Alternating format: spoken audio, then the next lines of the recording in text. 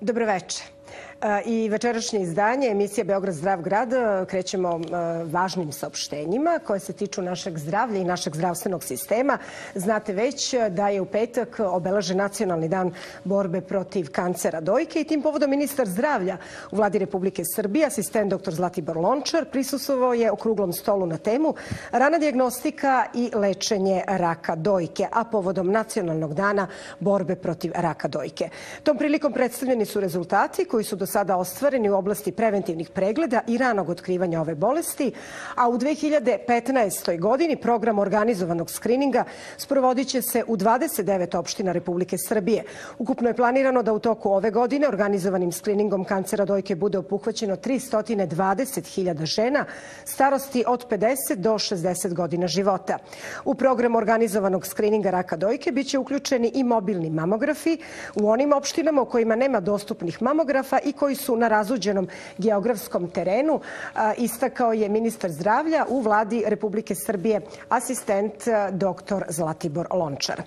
A fondacija njenog kraljevskog visočanstva, princeze Katarine Karađorđević, također se priključila obeležavanju Nacionalnog dana borbe protiv raka dojke i princeza je u ime svoje fondacije u Kraljevskom dvoru u Beogradu ugostila žene iz Društva za borbu protiv raka iz Sombora i tamo je predstavljena i knjiga Živeti kao pre, koja prenosi životne priče članica ovog udruženja. Inače, njeno kraljevsko visočanstvo, princeza Katarina Karađorđević i njena fondacija veoma su angažovani na polju prevencije i lečenja raka dojke u Srbiji, što svakako imate prilike često i da čujete i da vidite kada je fondacija njenog kraljevskog visočanstva princeze Katarine Karađorđević u pitanju.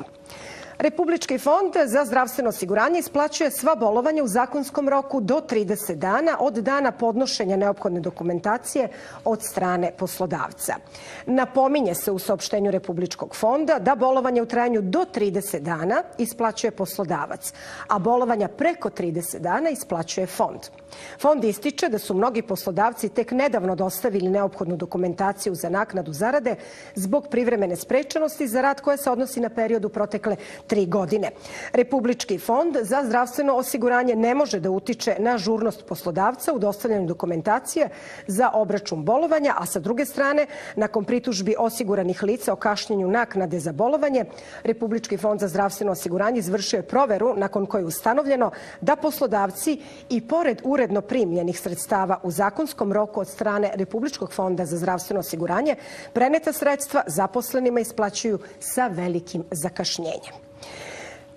Republičke prvostepene lekarske komisije Republičkog fonda za zdravstveno osiguranje i to za Rakovicu, Čukaricu, Barajevo, Stari grad, Ministarstvo unutrašnjih poslova, ŽTP, Vračar, Voždovac, Zvezdara, Palilula i Savski venac od danas zasedaju u prostorijama Doma zdravlja Voždovac u Ustaničkoj ulici broj 125B i to je prvostepena lekarska komisija Republičkog fonda za zdravstveno osiguranje koja je nadležna za donošenje medicinske ocene o privremenoj sprečenosti za rad preko 30 dana, znači za bolovanje od sada u prostorijama Doma zdravlja Voždovac u Ustaničkoj ulici.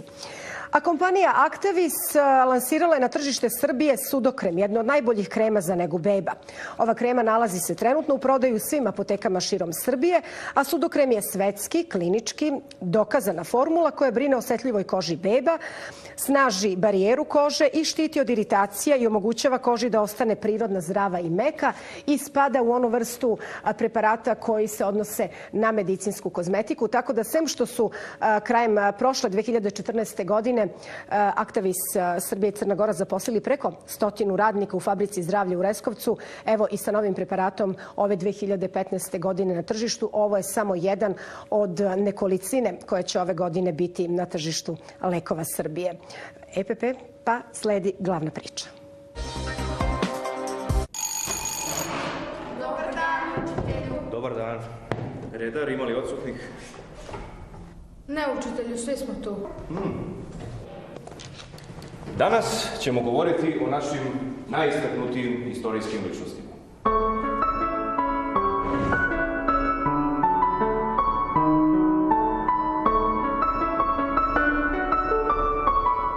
Eto, možda baš neko od vas jednog dana bude značajan poput naših velikana.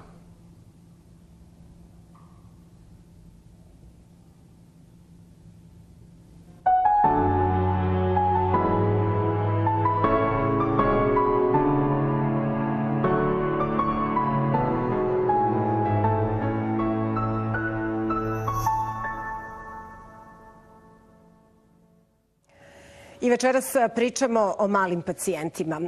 Vrhunski svetski poznati stručnjak iz oblasti rekonstruktivne genitalne hirurgije, dečije urologije, hirurgije i urologije, sve zajedno i verovatno još nečega što ja nisam ni saznala, niti sam zapamtila, ali to ćemo u toku priče koja sledi svi zajedno saznati.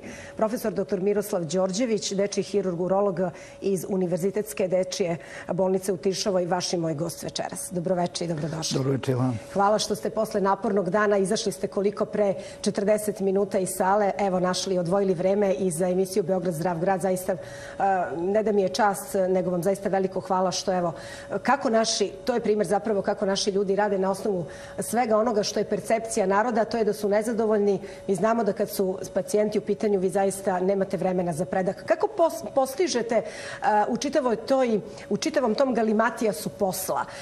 Vanredni ste profesor medicinskog fakulteta Univerziteta u Beogradu. Radite i kao dečiji urolog, i kao dečiji hirurg. Radite i rekonstruktivnu genitalnu hirurgiju. Puno putujete, imate naravno i porodicu. Evo, uspeli ste da stignete i do Beograđanke, do studija B.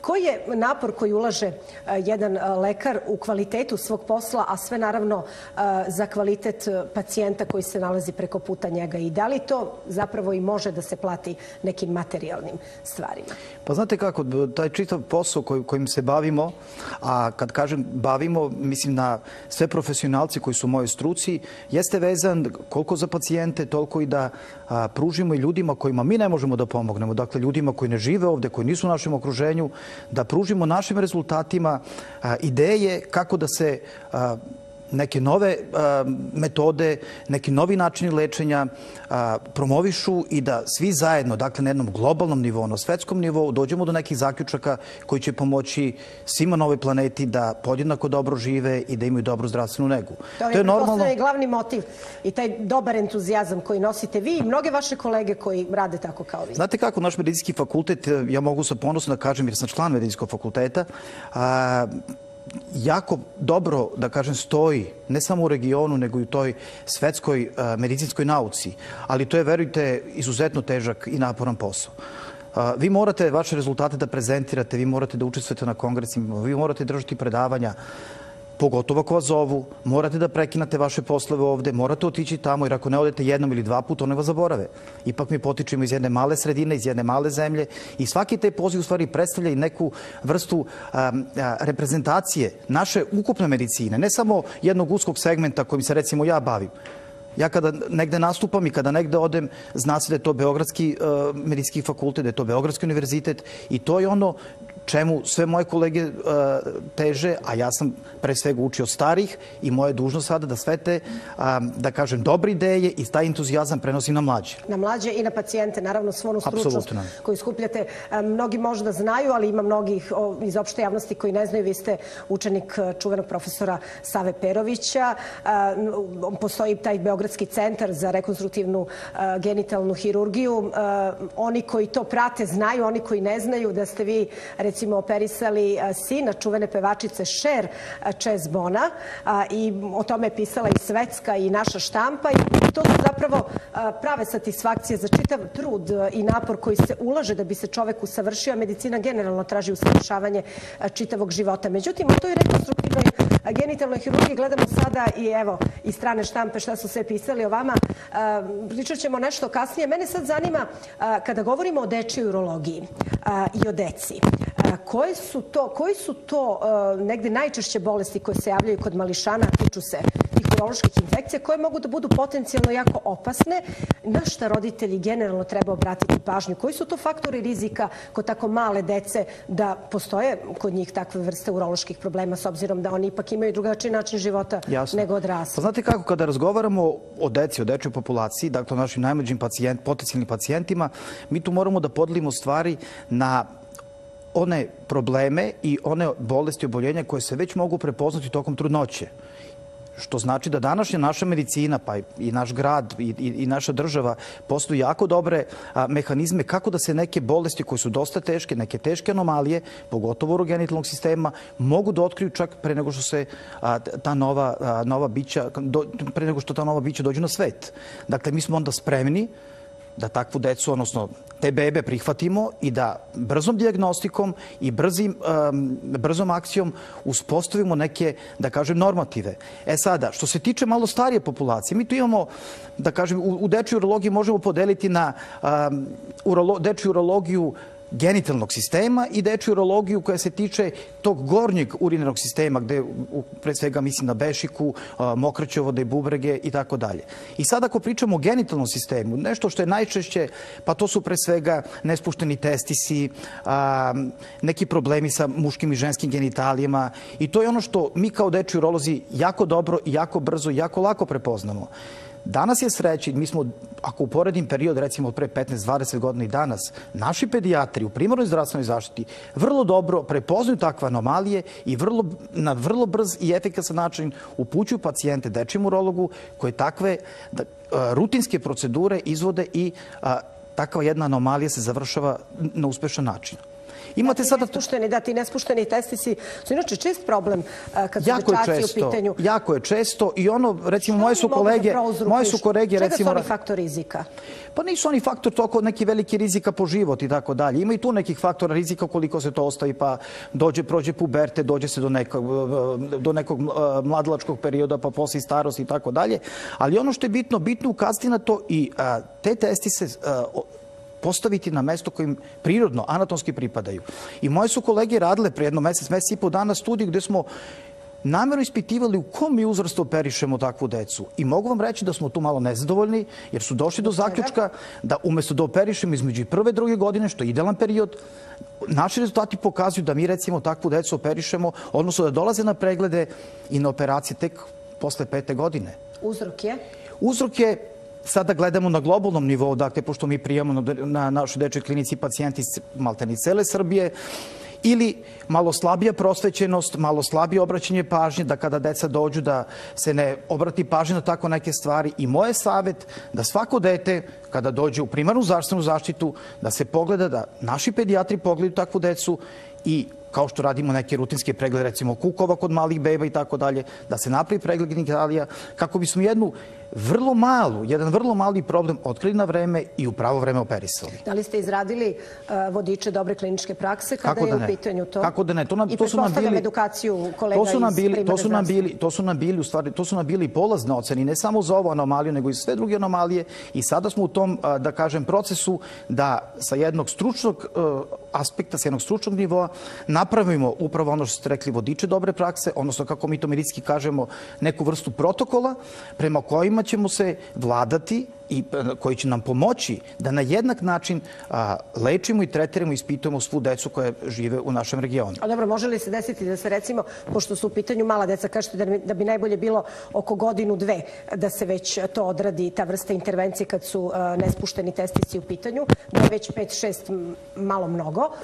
Da li u tom periodu može doći, kad su u pitanju tako mala deca, da li može doći i do toga, ne da pedijatar ne prepozna, nego da se on sam spusti na svoje mesto? Pa mi zato i čekamo do prve godine, otprilike do prve godine života, dajemo prirodi, odnosno dajemo to mehanizmu, pogotovo kada imamo decu koja se rode pre vremena, dakle kada nije završen kompletan razvoj tokom trudnoće, dajemo šansu da se to desi do prve godine života. I onda obično se nespušteni testis prepozna još u porodilištu.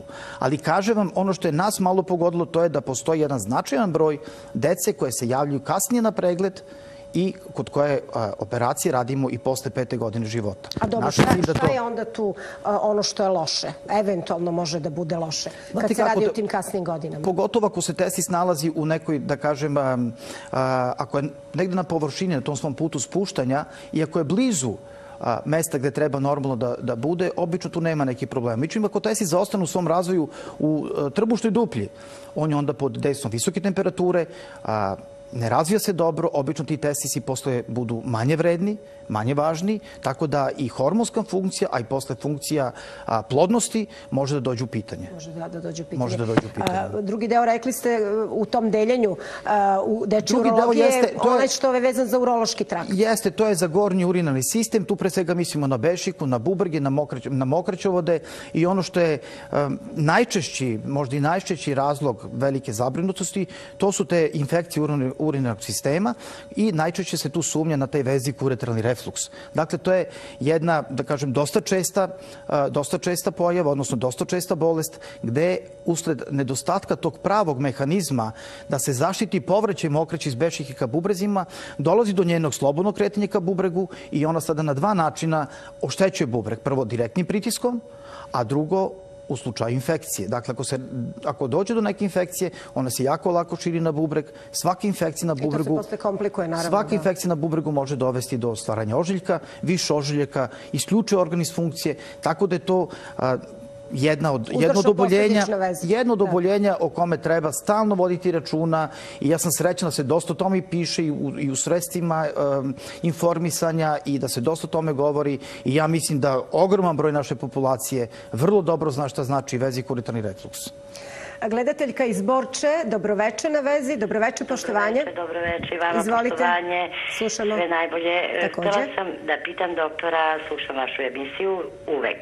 Hvala. Da pitam, moj sin u 3. godini isto tako imao problem sa nespuštenim testisom. Da li postoji neka mogućnost radi, mislim on se sad skoro je oženio, pa da li će imati dece i to, da li ima neke, to bih želela da znam. A je bila neka intervencija, nešto jeste... Bila operacija, kažem, u 3. godini. A bila je u 3. godini. Da, i sve je u redu prošlo i sve normalno mu se taj test ispustio, sve to okej, nikakvih problema imao je čak i devojku i ona je bila zatrudnila sada jedino ko ga nije prevarila. Da. Nemojmo tako daleko. Pa dobro, na sve smo spremni. Da. Na sve smo spremni, treba biti optimista. Tako je. Sad se on oženio, pa bih volela, normalno, tek je sve Znate kako, on je imao operaciju, ja ću vas prekinuti samo da pružimo šansu i drugim gledacima i tako dalje. Pitanje je dosta jasno. Dakle, radi se o odraslom muškarcu koji u svom detinjstvu, da kažemo na vreme, imao uspešnu operaciju nespuštenog testisa i ja verujem da će to sve biti u redu. Na kraju krajeva to se vrlo lako da proveriti jednom običnom analizom koja se zove spermogram, gde se vrlo lako može doći do toga i utvrditi u kojoj meri naši testisi funkcionišu, odnosno u kojoj meri proizvode muške polne ćelije koje su neophodne za potomstvo. Dobro, i vi ste sami rekli na početku te priče da zaista može, kada se zakasni sa tim, da može u nekoj kasnoj doći do neplodnosti, zašto ništa nije niti nenormalno, niti neprirodno, niti nešto sa čime se srećemo, ali ne mora uvek da bude pravilo. Ne mora. To su retke stvari. Tu sada kad pričamo o neplodnosti, ona može biti uzrok ili slabih kvaliteta tog testisa ili da bude problem vezan za sprovođenje. Dakle, da testis dobro radi, ali je taj sprovodni kanal, taj spermatovod, da je on na neki način negde sužen, prekinut i tako dalje i da on onda ne može da dovede normalno do izbacivanja semene tečnosti na pravi način do oplodnje. Ali u tom slučaju postoji lek, dakle, vrlo jednostavno, najobičan biopsijom se uzmu kvalitetne muške polne ćelije, one se u današnje vreme vrlo lako spajaju sa jajnom ćelijom i dovodi do plodnje. Neko je na vezi, gledateljka, čini mi se. Dobroveče, izvolite.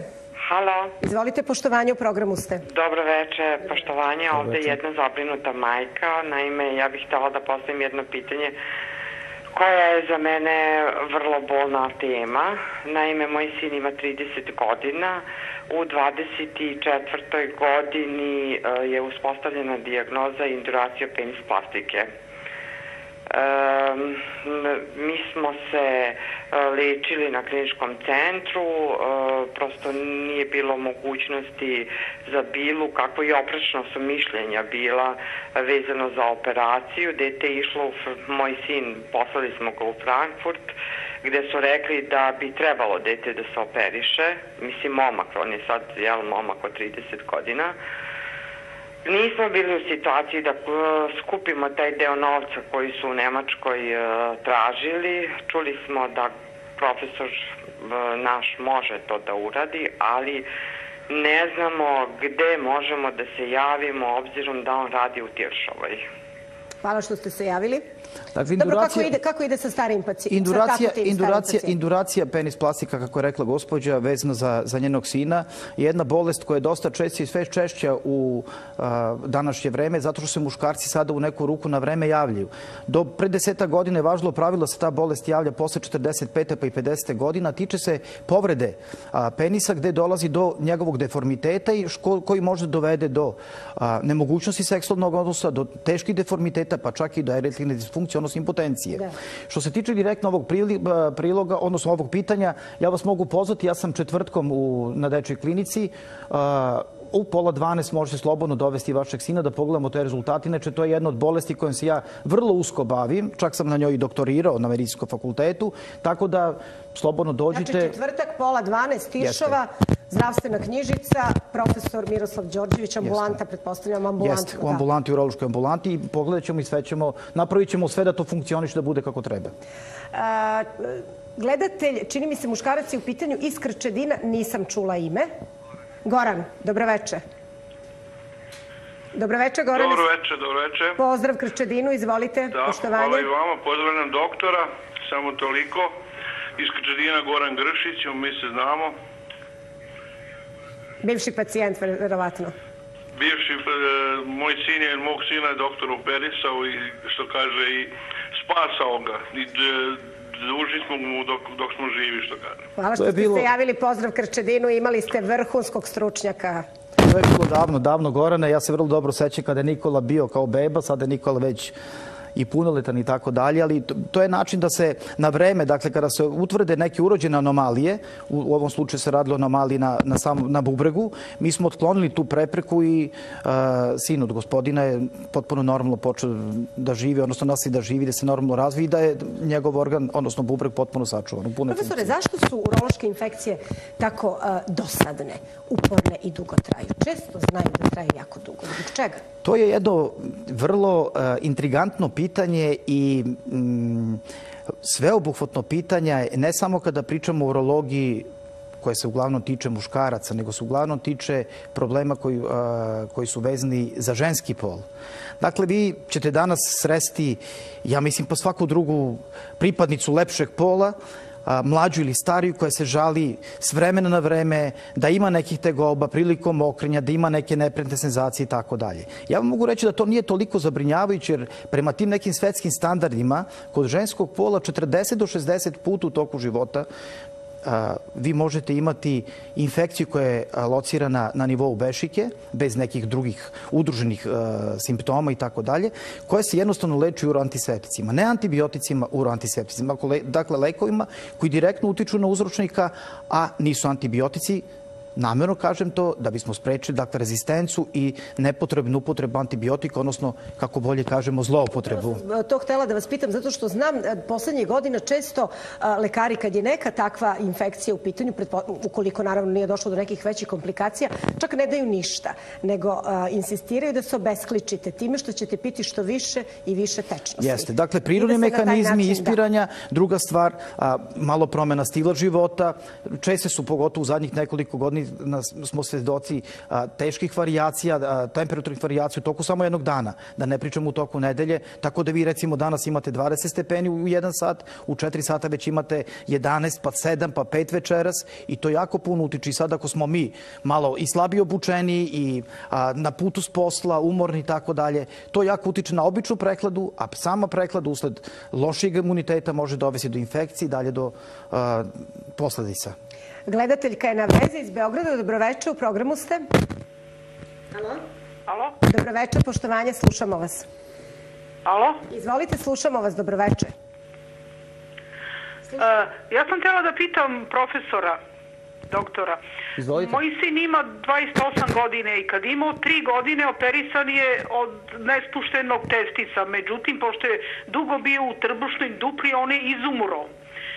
I onda mu je profesor pokojni Perović u asistenciji profesora Đorđevića mu je uradio plastiku jednog testisa, znači stavio mu silikon. Pa me interesuje, posto on ima 28 godina, nije se još oženio, da li on može s onim drugim testisom normalnim da ostvari potomstvo? Hvala što ste se javili. Dakle, pitanje je vrlo praktično iz dva razloga. Prvi razlog je taj da gospođa lepo kaže on je izumro. On je bio lošeg kvaliteta, bio u trbušnoj duplji, doveden je na svoje mesto, međutim sa tako lošim kvalitetom, gde je nakon puberteta on zaostao. Dakle, pubertet i hormonski uticaj nije doveo do toga da se on razvije kao onaj drugi testis. Drugi testis je preuzeo funkciju, on je stekao svoje sekundarne polne karakteristike, polni organ mu je dostigao normalnu veličinu, dobro se razvio. Mi obično preporučujemo, i to je već naša praksa, pošto pratimo i te svetske trendove, da se umesto tog ostatka testisa koji može maligno da alteriše, kada se on skine, da se stavi jedan silikonski implantat koji je odgovarajuće veličine i dobrog kvaliteta iz dva razloga. Prvo, da bi štitio ovaj drugi testis od nekog udarca, dakle da ne bismo ostali faktički u situaciji da od normalnog zdravog muškarca napravimo evnuha, a s druge strane ima i taj jako dobar psihosocijalni aspekt, dakle da taj pacijent koji već ima gubitak jednog organa, jednostavno to ne osjeća u toj meri, ne primeću i da to i sa estetske strane, a i sa psihičke strane utiče na njegov normalan seksualni život. Što se tiče samog potomstva, ja sam i malo pre rekao, dovoljna je analiza dakle spermograma, da se vidi kako drugi test funkcioniše, a što se tiče ovog silikonskog implantata, neophodno je da se, pošto je već 28 godina, ja sada ne znam tačno kada je bila ta intervencija, da se vidi samo da je on odgovarajuće veličine, jer ako je ugrađen u dečijem periodu, neophodno je bilo zameniti ga sa odgovarajućom veličinom, sada da bude proporcionalan prirodnom testisu i to je ono što bih preporučio ovom pacijentu. Znači, postoji mogućnosti te vrste, ajmo tako da kažemo, rekonstrukcije. Kako da ne? Da, u odnosu na doba kada je to urađeno. Ružica, Novi Beograd, čini mi se, dobroveče. Halo, dobroveče. Poštovanje, izvolite, u programu ste. Hvala i vama, sve najbolje. Htela sam da pitam profesora. Dete je jedno vreme imalo česte bolove stomaka, pupak i oko pupka. I vodili smo ga tu u Tiršovu, ja sam zaboravila kako se profesor doktor zove koji ga je pregledao. Ustanovili su da ima dva kanala iz levog bubrega i sumnja se na parahinalni most. Dobro. Možete da mi kažete da li je to ovako opasno ili ne?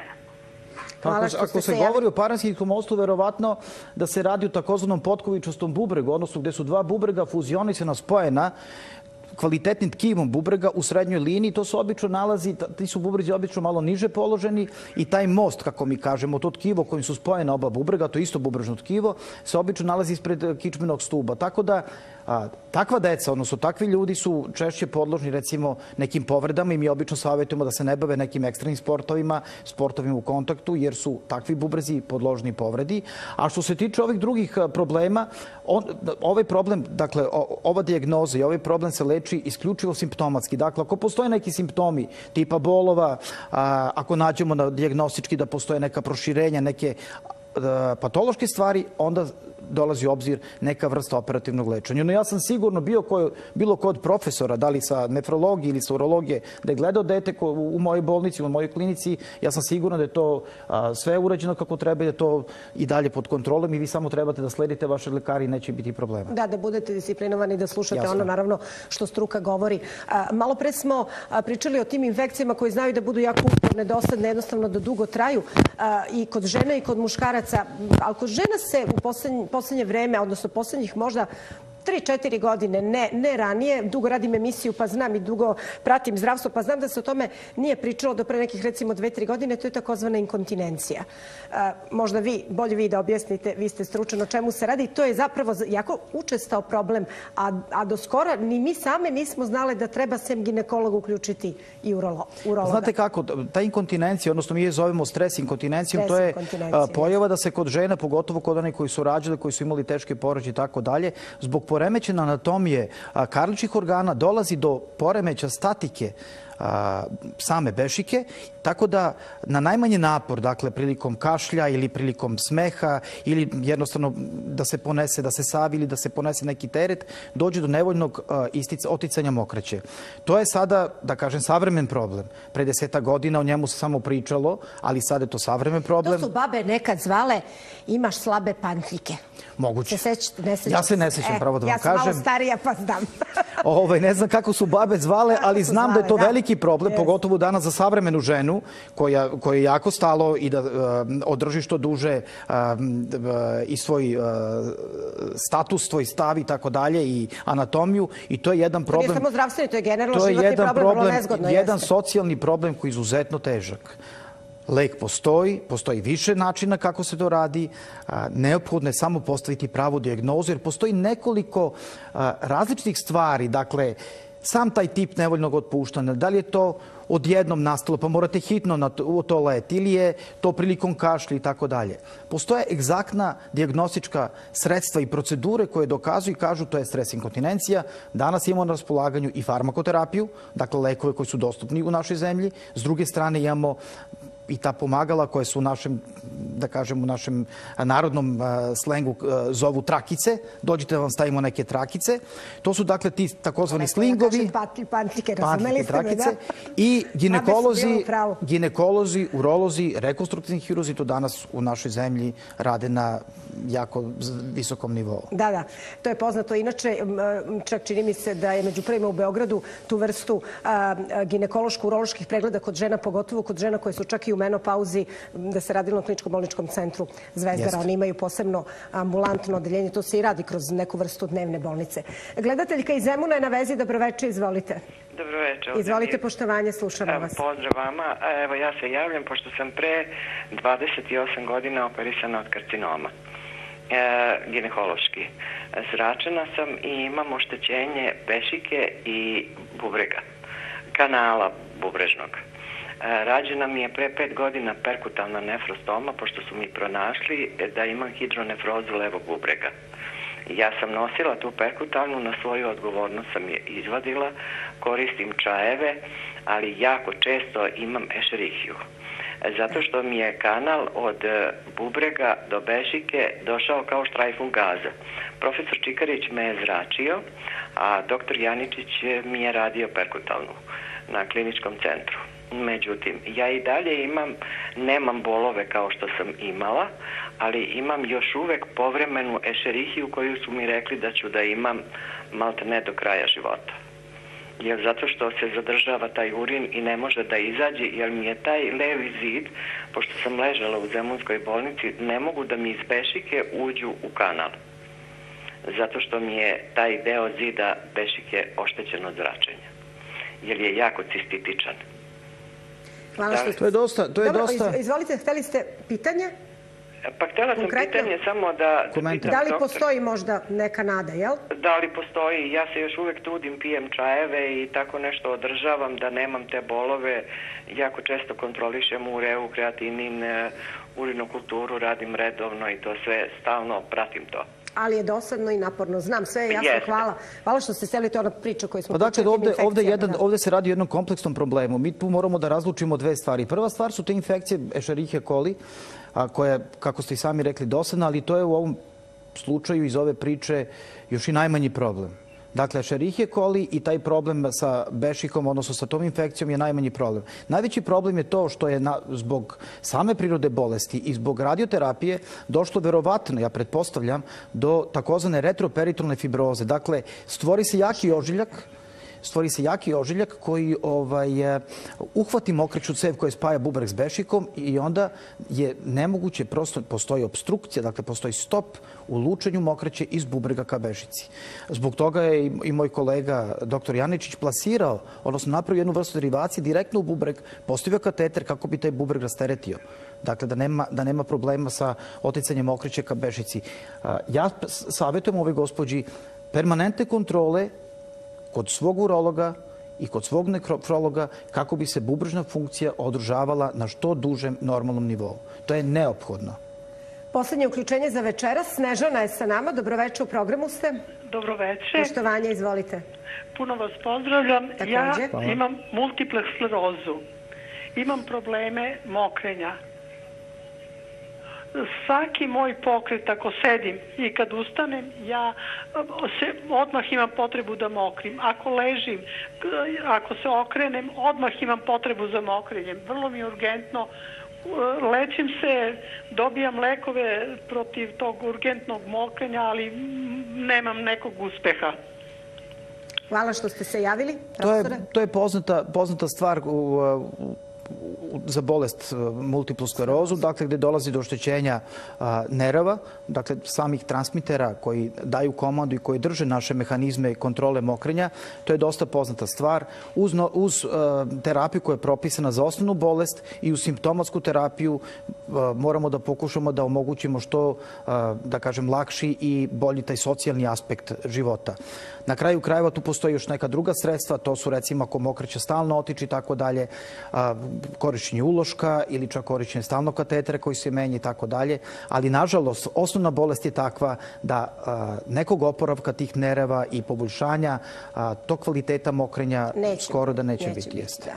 Napravit ćemo sada kratku pauzu.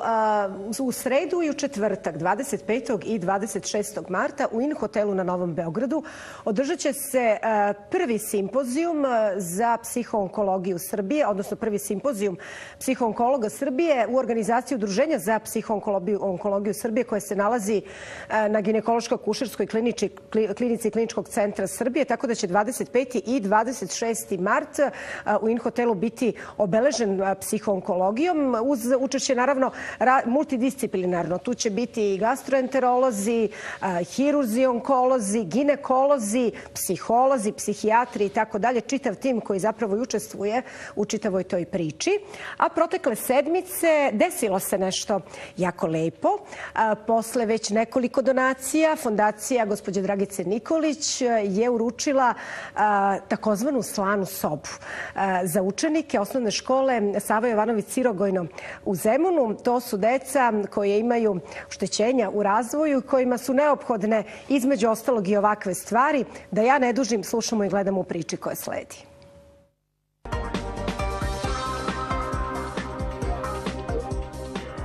Gospođa Dragica Nikolić sa svojom fondacijom je imala i shvatila u potpunosti šta znači inkluzija. Prvo nam je donirala Montessori materijal, donirala nam je Pertini materijal, sada nam je donirala slanu sobu i donirala nam je isceliteljski vrt. Mi kao škola nameravamo, pored senzorne sobe, imamo i slanu pećinu, pravimo, u izradi je, ja sam nazvao SMIT, to je senzorno-motorno-integrativni tretman i to je veoma bitno za decu sa autizmom, sa višestrukim ometanošću i tako dalje, taj pokret, terapija pokretom. Onda ćemo dalje imati dva savršeno dobro opremljena logopedska kabineta i dole ćemo imati sobu za kineziterapiju i masažu. Tako da taj blok dole ćemo prilagoditi da bude terapeutsko-rehabilitacioni ili centar ili blok. I to retko ko ima. Mi pratimo najsavremenije trendove. Naravno, deci sa kojim radimo to treba. To treba. Ne metodika nastave i tako dalje iz 19. veka i tako. Eto, još jednom veliko hvala gospođi Dragici i fondacija i svim ljudima koji su nam ovo donirali. Hvala i vam. Evo, fondacija se uvek vraća svojim prijateljima, tako i ovaj put. Osim materijala koje smo darovali ovih godina od kako smo prijatelji škole, ove godine smo im darovali slanu pećinu koja će pomoći deci da steknu imunitet, da sve probleme koje imaju sa zdravljem reše u ovoj sobi. Osim toga, fondacija je po obećanju koje je dala prošle godine, radio se dugo projekat. Vi znate da deca sa posebnim potrebama imaju i posebne igre, poseban način igranja u tim terapijskim vrtovima, tako da smo svo vreme razmišljali koje su to igračke i sprave koje su potrebne njima. Istraživali smo i evo napokon smo krenuli da sređujemo i taj vrt. Krenuli smo sa sadnjom drveća, biće tu cveće i onda će doći muzički vrt, terapijski vrt, vrt za igru i sve ostalo prateće što je potrebno da ova škola, naravno u saradnji sa Fakultetom primenjenih umetnosti, malo ćemo srediti i ogradu, jer onako kad se naiđe, čini mi se da nije baš primereno ovoj deci koja tu dolaze da provedu jedan lepi deo dana. To je ono što fondacija radi svaki put svojim prijateljima, tako će i ovo verovatno da se nastavi i sledećeg i narednih godina, to naše druženje i prijateljstvo. Oni nam naravno vraćaju time što uvek spreme neki prigodan program, što uvek imaju za nas neki lep poklon, neku recitaciju, nešto što ova deca vrlo pažljivo i onako sa puno ljubavi spremaju za fondaciju.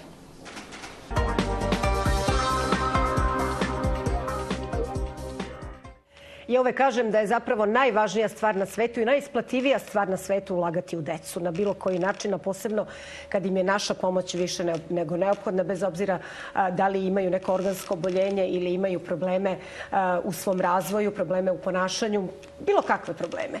Ulažite u decu, to je ono što se najviše isplati u životu. Zdravstveni sistem Srbije ulaže u pacijente naravno onoliko koliko može, ispram para koje imamo. Znamo svi u kakvoj se situaciji ekonomskoj trenutno zemlja nalazi. Međutim, imaju sluha ljudi iz Ministarstva zdravlja, iz Republičkog fonda kada su u pitanju pacijenti koji su zajedno u udruženju Hronos.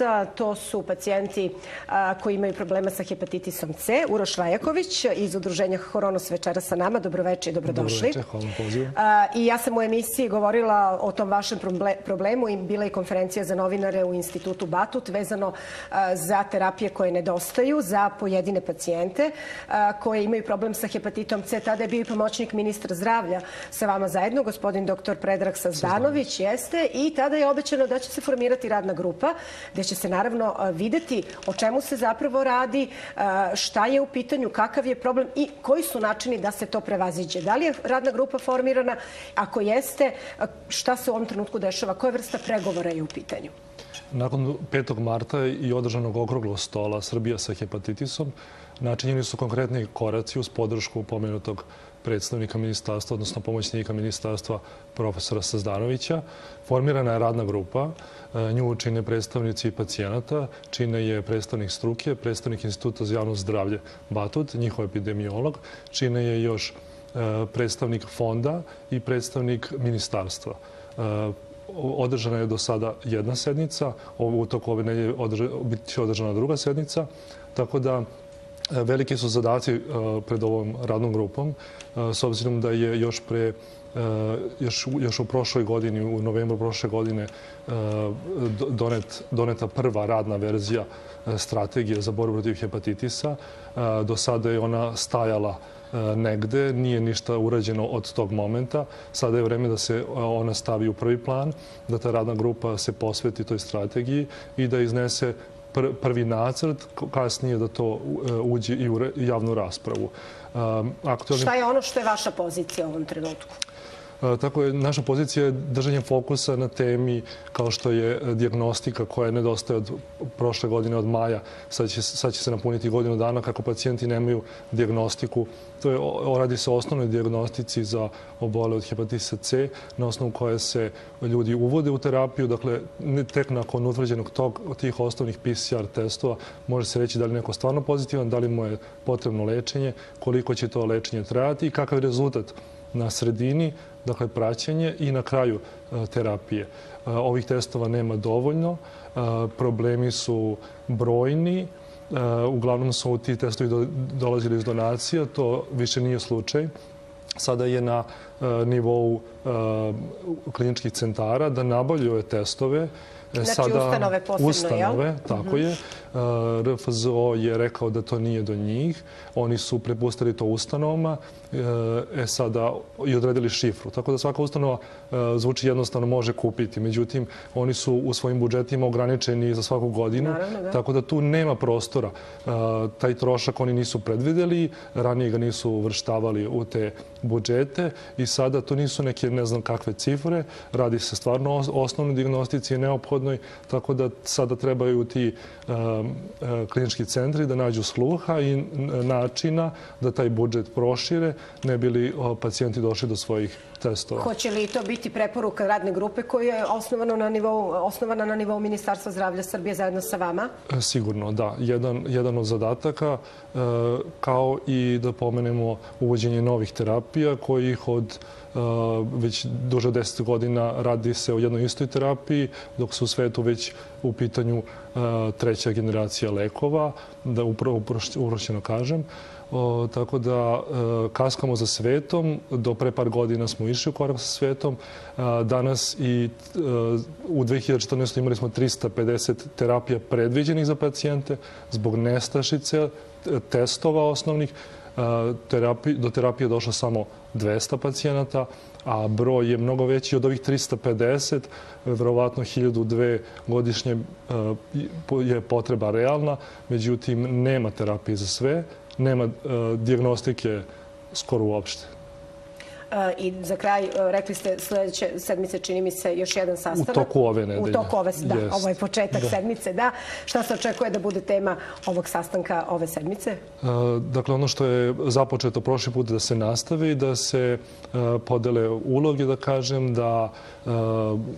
da se ozvaniči rad radne grupe i da ta strategija krene u proceduru, da se podhitno nađe rješenje za testove, da to ne bude nešto nedostižno jer se radi o osnovnoj dijagnostici, da se otvori i tema novih terapija koji do sada nije bila uopšte pomena zbog ovih nagomilanih problema. Drugih nagomilanih problema još odavno. Želim vam svu sreću, Uroše. Naravno, pratit ćemo i dalje šta se dešava sa pacijentima koji imaju problem sa hepatitom C i ostalim hepatitima i naravno rad udruženja Hronos. Hvala što ste odvojili veče za Beograd zdrav grad. Bio je ovo Uroš Rajaković iz udruženja Hronos, a ja se vraćam sa pričom našem glavnom gostu, profesoru doktoru Miroslavu Đorđeviću, dečijem hirurgu urologu i rekonstruktivnom genitalnom hirurgu Univerzitetske dečije bolnice u Tiršovoj. Hvala vam što ste se družili sa nama kroz pitanje i komentare u tom prvom delu emisije. Ja bih sada ovaj drugi deo, dozvolit ćete mi naravno, to će vama biti jako interesantno, a i vi ćete mi dozvoliti, profesor, ono što sam još na početku rekla, da malo popričamo o rekonstruktivnoj genitalnoj hirurgiji. Rekli ste na početku postoje te anomalije koje se mogu otkriti još u tom prenatalnom dobu, odnosno dok je beba u stomaku.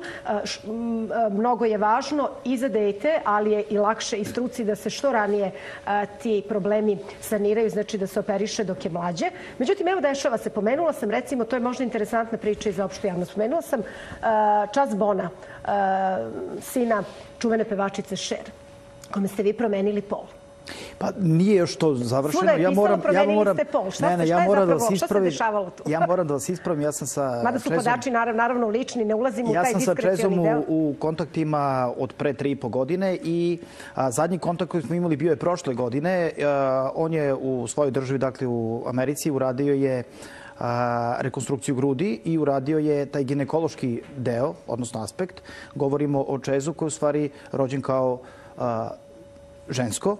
Dakle, on je kandidat u toj transformaciji genitalija da pređe i da dobije muški genitalije. Dakle, on je promenio ime... Šta je teže? Promeniti muškarca u ženu ili ženu u muškarca?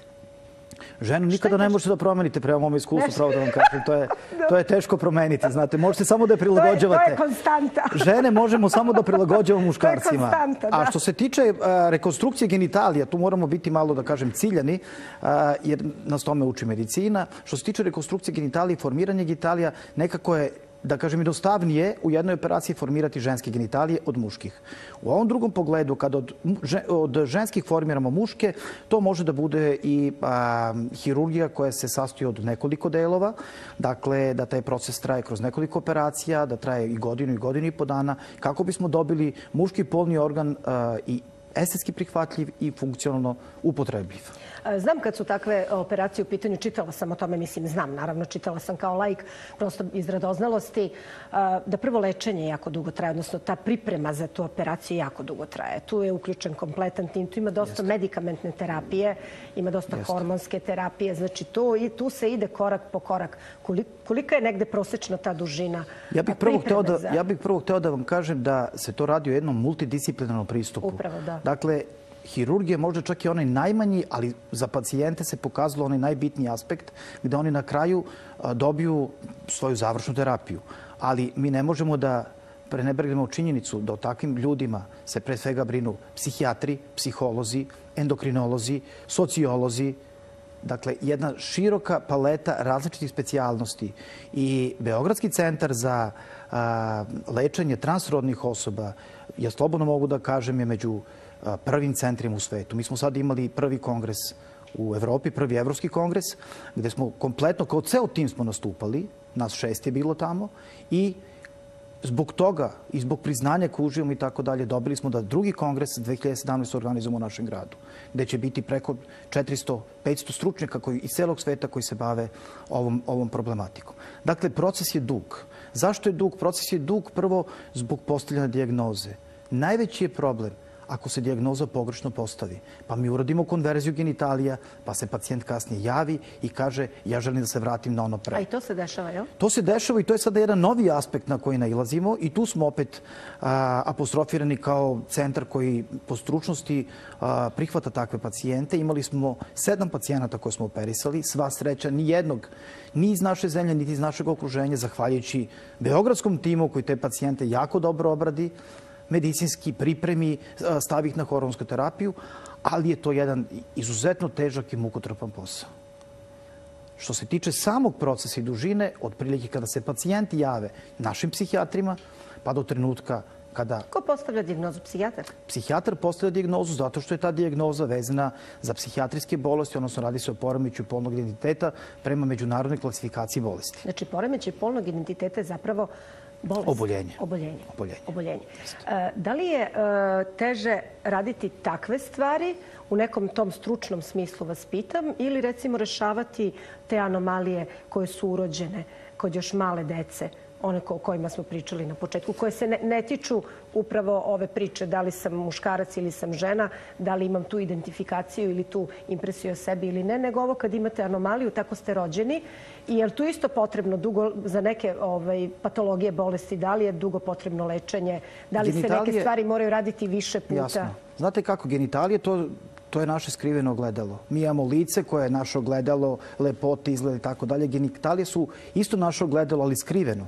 Dakle, ono što mi krijemo i što dajemo na uvid samo određenim najprisnijim osobama, našim najprisnijim osobama, znate. E sada, postoji tu sijaset anomalija. Ogroman broj. Anomalije koje se operišu, strašnih anomalija, jako teški, koje se operišu u prvom danu života. Ne možete ni zamisliti, recimo, da je bešika potpuno otvorena, da je muški polni organ potpuno otvoren, da to ne liči ni na šta i da mi tu u prvom danu života operišemo i da dovodimo u neki, da kažem, pristojni i funkcionalni estetski izgled. A dešava se i da se rađaju devojčice bez materice, bez genitalija unutrašnjih? Svakako. Ono što je bitno za genitalije kod ženskog pola, više je naš taj ginekološki deo tima na čelu sa profesorom Stanojevićem zadužen za operacije genitalija kod ženske dece, odnosno kod ženskih osoba. Ali ono što sam hteo da apostrofiram, ono što ja pričam recimo mojim studentima, to je da kada radite jednu vrstu hirurgije, kakva je genitalna rekonstruktivna hirurgija, tu više nema odvajanja da li se radi o malom detetu, odraslom pacijentu, transrodnoj osobi. I ja stalno apostrofiram da mi koristimo iskustva iz te transseksualne hirurgije, ako tako mogu da je zovem, da sva ta naša iskustva gde smo učili dugi niz godina, sva iskustva možemo da primenimo i da lečimo najteže urođene anomalije sa izuzetnim uspehom.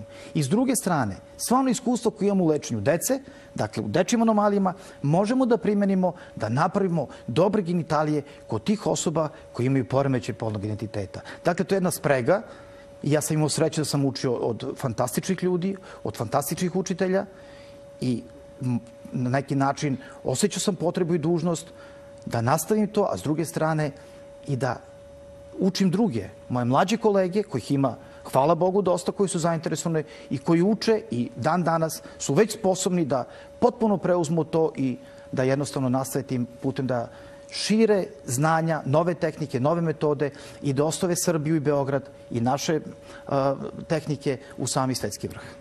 Moram nešto za kraj da vas pitam. Gledam vas kako sa puno i slušam vas i znamo se inače i privatno, kako sa puno entuzijazma i puno ljubavi pričate o tim vašim pacijentima. Bez obzira da li su mali, veliki, da li se radi o urođenim anomalijama ili transrodnim osobama. To su teške situacije, teški trenuci. Tu su neki lomovi koji se ne dešavaju samo u pacijentu. Tu su lomovi u porodicama, lomovi sa vama. Koja vam je možda, da li ako možete ošte sada sete, bila negde najteža situacija? Ili ajde bolje da kažem ovako, da vas ne prisećam toga da morate nekog da identifikujete. Kako se ponaša jedan stručnjak kao vi u takvim situacijama? Šta je najteže? Da li razgovarati s pacijentom ili sa porodicom?